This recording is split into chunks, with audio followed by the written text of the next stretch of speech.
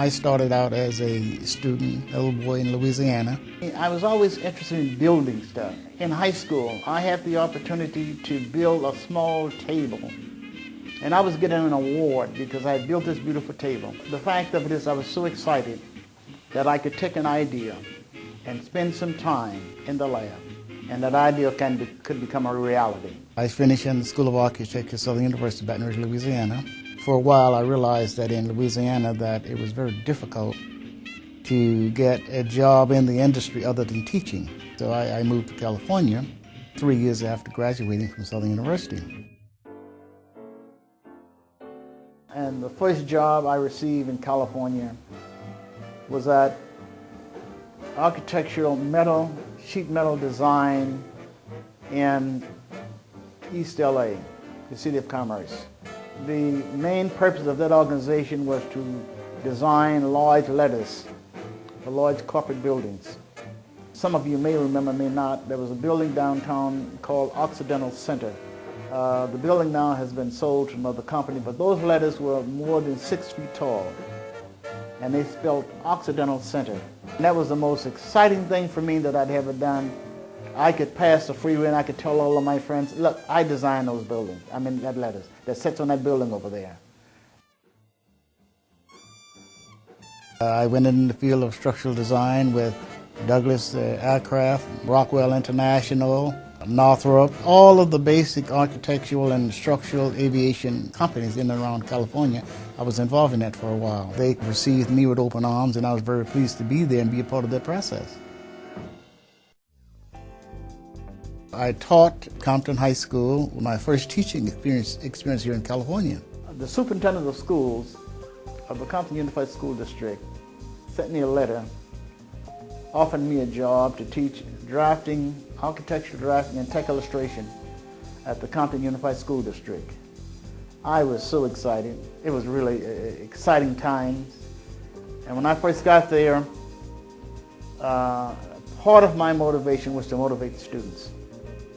Kids would walk into the room, they'll lay on the desk and nearly go to sleep, and it was just unacceptable. Prior to me coming there, this was acceptable by many teachers who had taught them in the past. But this behavior wasn't acceptable by me. And I began to work with these kids and get them, they got motivated.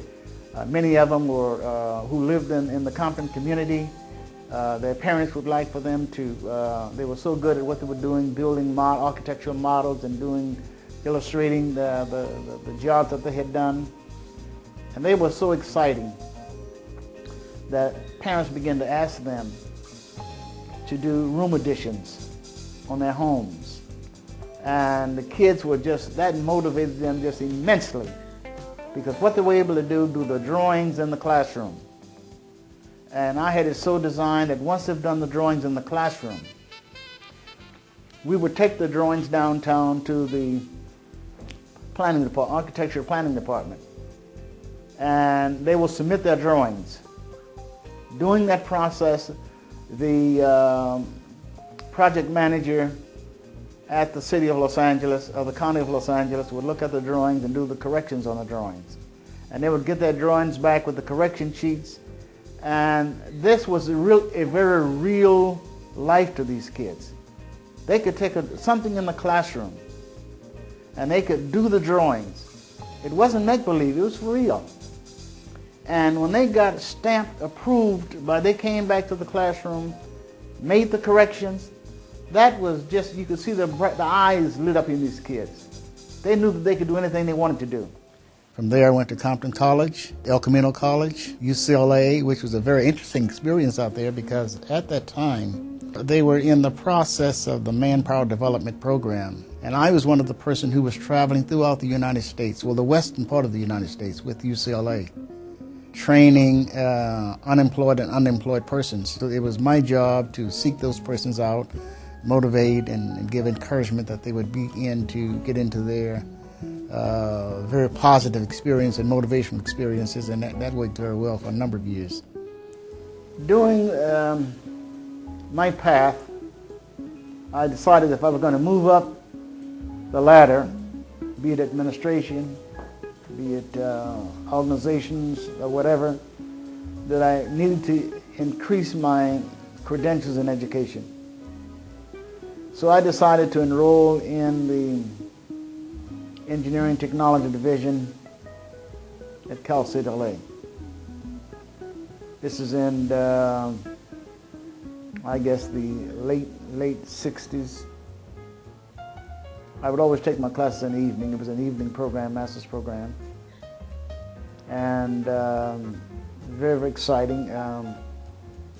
Out of there, I was very, very, very involved in electronic engineering technology.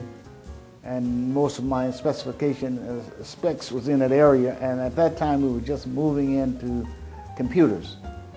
And I remember doing my master's thesis on using a computer model for administration, how to administer training programs, engineering programs, using the computer compatibility of computer techniques to do it.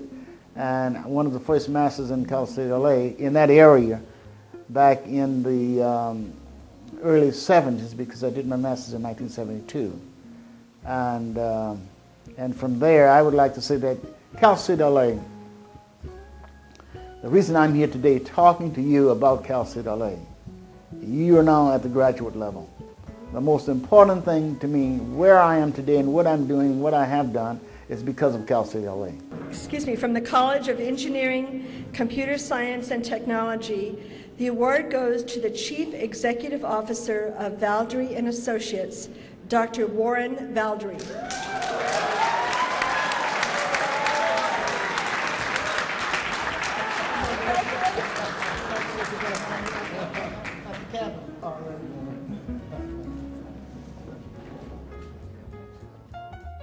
I received a scholarship, a grant. I was an HEW fellow,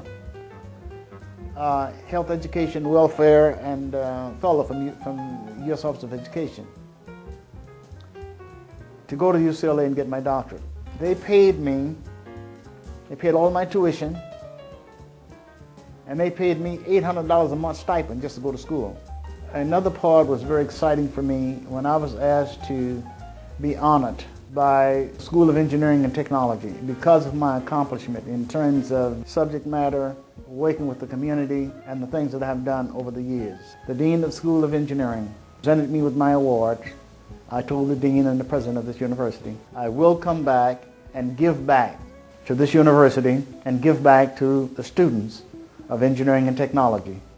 The Dean of the School of Engineering asked myself to form a corps of people to come back and develop Friends of Engineering to increase the value, to increase the knowledge base, to increase the cooperation and of human resources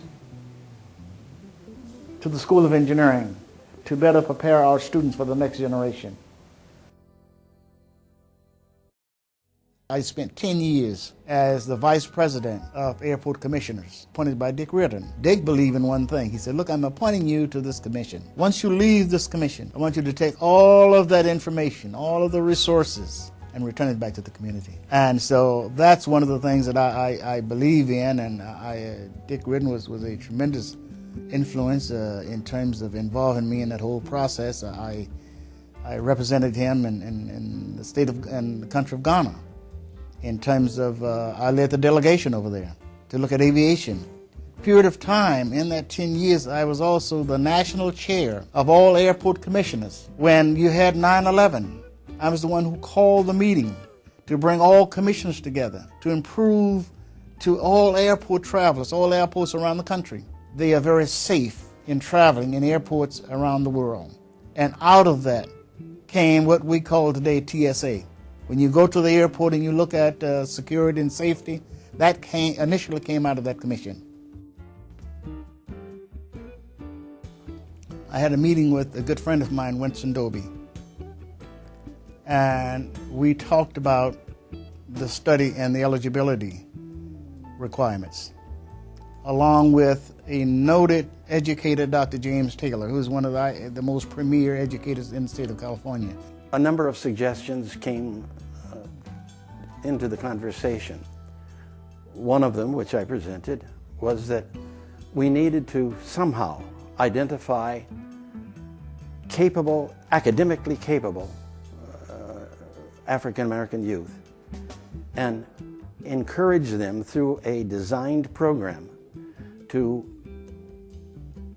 achieve academically. And that strategy was designed to enable students to feel that black men in their communities were very much interested in them, and they were going to do, at the time they needed help the most, black men was there to assist them to increase their eligibility for college and universities, not only for UCLA, but institutions around the country. And since then, 1986, up until the present time, the Young Black Scholars Program, 25,000 students graduated. And many of these students now are back into the program as assisting others. They have a program called VESTED at California State University, Los Angeles, Valdry Engineering Computer Science Technology Academy. And that program is designed to take young high school students who are motivated and who have really done well in the math analysis. In math analysis, I'm talking about able to handle entry-level calculus, trigonometry, and etc.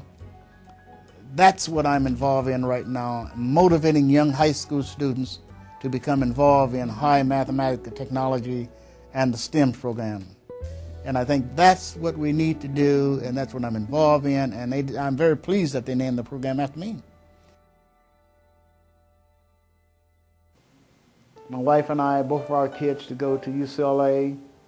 They graduated from UCLA, and all of that is because of how valuable and fortunate entrepreneurship has been for me and my family, which I'm extremely rewarded and appreciative.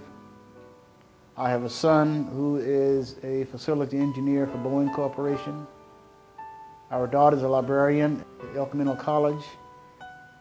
And my wife and I are very pleased and proud of what we've done.